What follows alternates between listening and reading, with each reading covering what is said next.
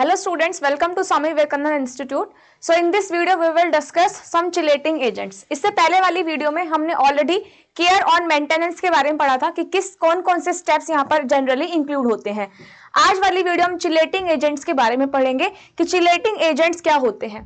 तो जब भी हम गाइस चिलेटिंग एजेंट की बात करते हैं, ये एग्जाम में इसके एग्जाम्पल से क्वेश्चन पूछा जाता है कि एग्जाम्पल्स क्या है चिलेटिंग एजेंट के। तो काफी बार एग्जाम में क्वेश्चन एग्जाम्पल से आता है, काफी बार चिलेटिंग एजेंट पूछ ले जाता है कि what do you mean by chelating agents. तो गाइस जब भी हम चिलेटिंग एजेंट की बात करते हैं, ये ना सिर्फ होम साइंस में जबकि ये आपकी फूड प्रोसेसिंग यूनिट से भी बहुत ज्यादा इंपॉर्टेंट माना जाता है।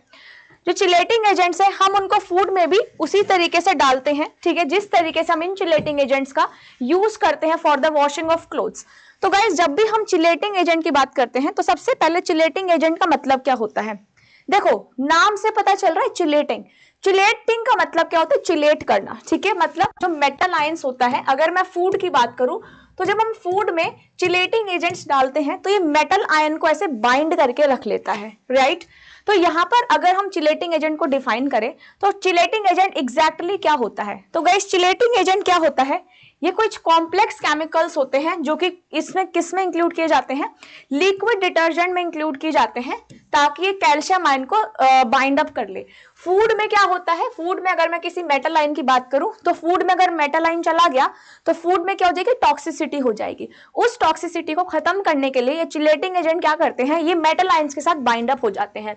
तो जैसे यहाँ पर क्या हुआ, हमने सीक्वेस्ट्रेंट डाले, सपोज यहाँ पर एक हमारे पास आयरन मेटल है, तो ये चिलेटिंग एजेंट क्या करेंगे, यहाँ पर आके इसको चिलेट कर देंगे और ताकि ये फूड में निकलकर बाहर ना आए आयरन और फूड को खराब ना करे।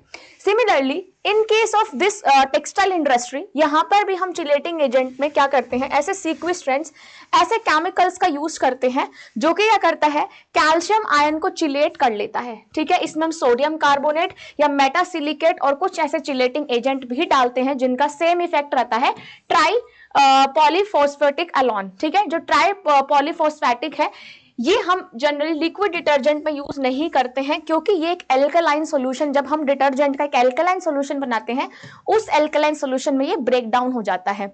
इसलिए हम क्या करते हैं, यहाँ पर कॉम्बिनेशन हमेशा चिलेटिंग एजेंट का यूज करते हैं ताकि यहाँ पर इजिली हम क्या कर सके, कपड़ों को वॉश कर सके। इसमें सोडियम कार्बोनेट और मेटासिलिकेट यूज करते हैं हम, ठीक है, ताकि यहाँ पर क्या हो जाए, हम इजिली यहाँ पे लॉन्ड्रिंग कर सके। तो चिलेटिंग एजेंट को हम डीस्केलिंग एजेंट की तरह भी यूज करते हैं, ठीक है। अब नेक्स्ट आता है कंडीशनिंग एजेंट्स। तो चिलेटिंग एजेंट बेसिकली क्या है, जो कि चिलेट करके रखते हैं मेटल आयंस को, ठीक है। नेक्स्ट आता है कंडीशनिंग एजेंट्स। कंडीशनिंग एजेंट क्या होते हैं, जो कि क्रिस्प, फर्म और ड्राई होते हैं, ग्रेन्यूल की फॉर्म में आते हैं जो कि कपड़े को एक अच्छी चमक देते हैं। कॉम्प्लेक्स फॉस्फेट्स में हम क्या करते हैं, यहाँ पर डिटर्जेंट पाउडर का यूज करते हैं, जैसे सोडियम ट्राई पॉलीफॉस्फेट, ये क्या है, एक कॉम्प्लेक्स फॉस्फेट है।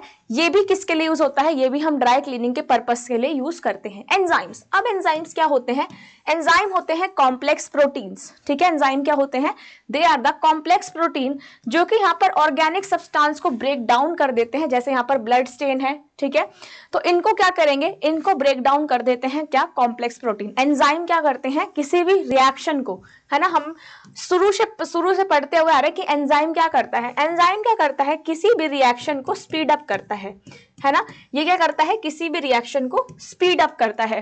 तो एंजाइम बेसिकली होता क्या है, एंजाइम बेसिकली प्रोटीन्स होते हैं जो कि क्या करते हैं, ऑर्गेनिक सब्सटेंसेस को ब्रेक डाउन कर देते हैं। जनरली 30 से 35 डिग्री तक इफेक्टिव रहते हैं और अगर 60 से ऊपर टेम्परेचर चला गया तो ये एंजाइम इनएक्टिव हो जाते हैं। नेक्स्ट आते हैं फॉर्मिंग एजेंट। क्या करते हैं, जो फॉर्म बनता है डिटर्जेंट में, है ना, डिटर्जेंट में जो फॉर्म बनता है उनको ये स्टेबलाइज करते हैं, कौन, फॉर्मिंग एजेंट। तो नाम से ही पता चल रहा है आप लोगों को कि फॉर्म को क्या करते हैं, स्टेबलाइज करते हैं।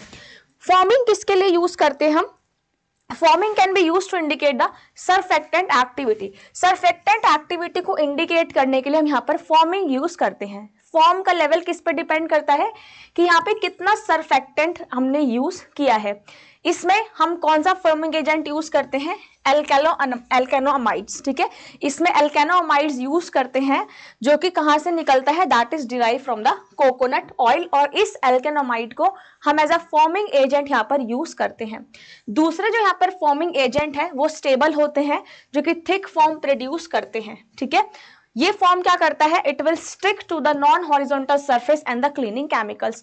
तो ये फॉर्मिंग क्या करता है, फॉर्म, जब भी हम फॉर्मिंग एजेंट डालते हैं तो ये फॉर्म को स्टेबलाइज करते हैं, और फॉर्म कैसे बनते हैं, बाय द डिटर्जेंट्स। नेक्स्ट यहाँ पे आता है गाइस सस्पेंडिंग एजेंट। ये सस्पेंडिंग एजेंट्स क्या होते हैं, सस्पेंडिंग एजेंट्स होते हैं, सपोज अगर आपने सस्पेंडिंग एजेंट पानी में डाला तो ये डर्ट को अपने अंदर होल्ड कर लेते हैं, ठीक है, अपने अंदर क्या करते हैं, डर्ट को होल्ड कर लेते हैं, और यहाँ पर सरफेस पे इसका डिपोजिशन नहीं होता है, ठीक है। तो यहाँ पर लॉन्ड्री एजेंट में सबसे अच्छा कौन सा माना जाता है, सस्पेंडिंग एजेंट, ठीक है।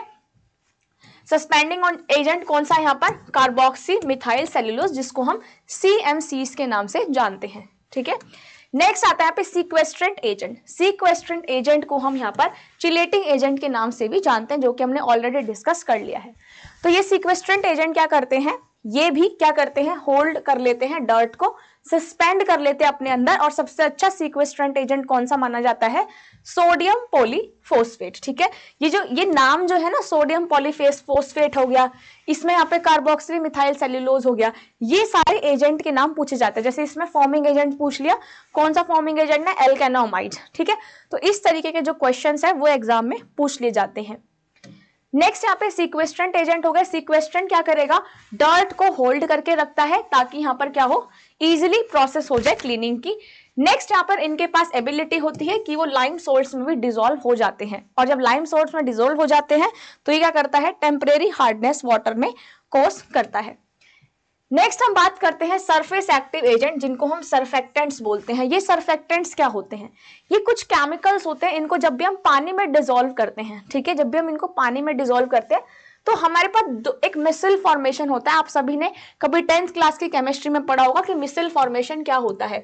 मिसल फॉर्मेशन होता है ये होता है हाइड्रोफिलिक एंड, ठीक है, दिस इज हाइड्रोफिलिक एंड, जो कि वाटर लविंग एंड होता है, ठीक है, जो कि पानी से बहुत प्यार करता है, that is a water loving, ठीक है। और जो ये हेड वाला पार्ट होता है दैट इज द हाइड्रोफोबिक, जो जिसको पानी से डर लगता है।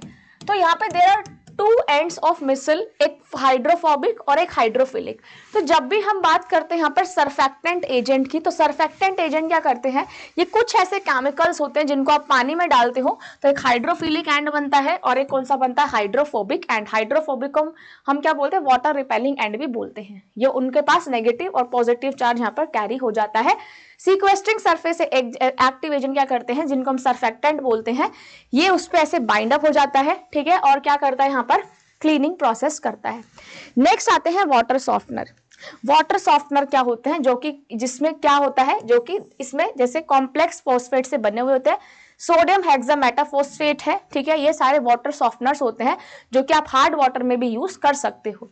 व्हाइटनर्स क्या करते हैं, सरफेस को एनरिचमेंट करने के लिए हम क्या करते हैं, व्हाइटनर्स का यूज करते हैं, ताकि यहाँ पर सरफेस कैसा हो जाए, व्हाइट हो जाए। क्योंकि यहाँ पर ये क्या करते हैं, व्हाइटनर्स यूवी लाइट को एब्जॉर्ब करते हैं और व्हाइट लाइट को ये एमिट करते हैं, ठीक है। तो व्हाइटनेस क्यों होता है, ताकि यहाँ पर जो कपड़ा है वो निखर कर आए, इंटेंसिटी ऑफ लाइट क्या हो जाए, यहाँ पर बढ़िया हो जाए, इंक्रीज हो जाए, सरफेस जो है कपड़े की वो अच्छी हो जाए।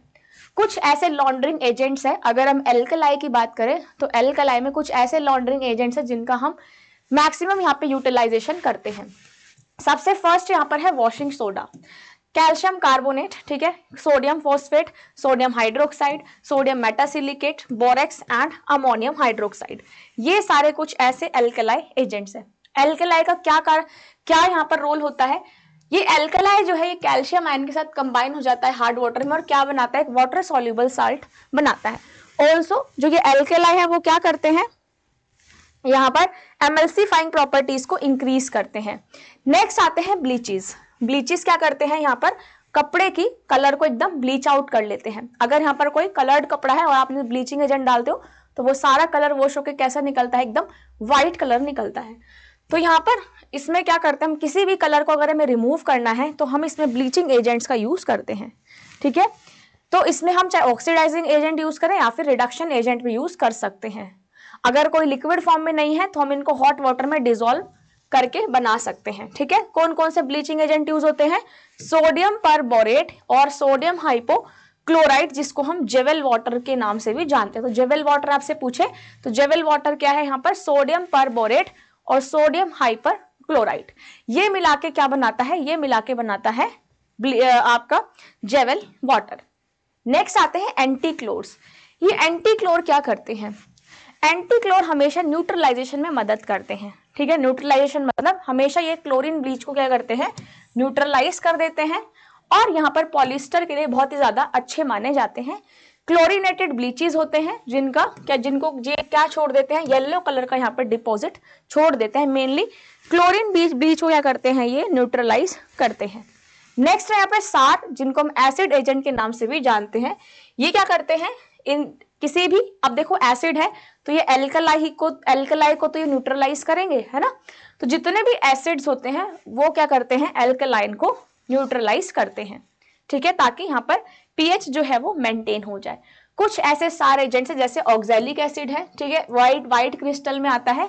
जब भी कोई स्टेन लग जाता है, ये क्वेश्चन बहुत पूछा जाता है, एक क्वेश्चन जरूर आता है गाइस आपके एग्जाम में स्टेनिंग से, ठीक है, पूछते हैं स्टेनिंग को आप कैसे रिमूव करते हैं। तो ऑक्सैलिक एसिड में क्या होता है, ऑक्सैलिक एसिड आता है एक व्हाइट क्रिस्टल्स में आता है, जो कि यहाँ पर किसके रिमूवल के लिए होता है, फ्रूट्स के स्टेन को, ठीक है, कोई ब्राउन स्टेन है तो उसमें हम ऑक्सैलिक एसिड की मदद से उन स्टेन को यहाँ पर हटा सकते हैं। नेक्स्ट आता है salt of lemon. Salt of lemon में क्या होता है, पोटेशियम ऑक्सलेट और ऑक्सैलिक एसिड, ठीक है, जिसको हम पोटेशियम बाइनऑक्सलेट भी बोलते हैं। ये भी एल्कलाई को क्या करता है, हटाता है। अगर कोई एल्कलाई का दाग है तो आप उसको कैसे हटाओगे, एसिड से, ठीक है। तो ये स्टेनिंग का क्वेश्चन एग्जाम में पूछा जाता है। एसिटिक एसिड, एसिटिक एसिड क्या करता है, यहाँ पर जो भी ब्लूइंग एजेंट्स है उनको न्यूट्रलाइज करता है। ऑलिक एसिड जो है कलर्ड फैब्रिक के लिए अनसुटेबल होता है, ठीक है, जब एल्कलाई के साथ मिक्स होता है तो ये सोप प्रोड्यूस करता है। ग्रीस और ऑयल स्टेन के लिए ऑलिक एसिड अच्छा माना जाता है। फिर आता है फैब्रिक कंडीशनर और सॉफ्टनर। ये सॉफ्टनर क्या करता है, इसमें सरफेस एजेंट लाइक डिटर्जेंट होता है, ठीक है। ये फैब्रिक कंडीशनर क्या करते हैं, यहाँ पर फैब्रिक कंडीशनर्स में या सॉफ्टनर में क्या होता है, यहाँ पर फैब्रिक कंडीशन कभी भी, जैसे हम जहां पे स्टार्च और साइजिंग यूज करें वहां पर हम नहीं लगा सकते, क्योंकि इनमें भी सरफेस एक्टिव एजेंट होते हैं, लेकिन ये क्लीनिंग का काम नहीं करते हैं, ठीक है, जो कि सिर्फ क्या करते हैं, एंटी स्टैटिक प्रॉपर्टीज देते हैं। ऑप्टिकल ब्राइटनर्स आपको नाम से ही पता चल रहा है, जो कि क्या करते हैं, ब्राइटनिंग इफेक्ट देते हैं, ठीक है, कपड़े को क्या बनाते हैं, ब्राइट बनाते हैं, ब्राइटनिंग इफेक्ट देते हैं। फ्लोरेसेंट इफेक्ट होता है, यूवी लाइट इनसे रिफ्लेक्ट होती है, और यहाँ पर क्या होता है, रिफ्लेक्शन के बाद ये कलर प्रोड्यूस करते हैं, जिनको हम ऑप्टिकल ब्राइटनर्स के नाम से जानते हैं। तो ये है ऑप्टिकल ब्राइटनर्स। नेक्स्ट है स्टार्च। स्टार्च क्या है, एक स्टिफनिंग एजेंट है, जिससे बहुत अच्छी प्रॉपर्टीज निकल कर आती है। बेटर अपीयरेंस के लिए हम स्टार्च को यूज करते हैं। स्टार्च जनरली किस लिए यूज होता है, एक तो ये क्या करता है, कपड़े की स्ट्रेंथ को भी इंप्रूव करता है, ठीक है, जो फैब्रिक है उसकी स्ट्रेंथ को भी इंप्रूव करता है। जैसे हमने बहुत सारे स्टार्च के बारे में बताया था, हॉट वाटर स्टार्च है, जेलेटिन है, सिंथेटिक साइजिंग है, कोल्ड वाटर स्टार्च है और ग्लू है।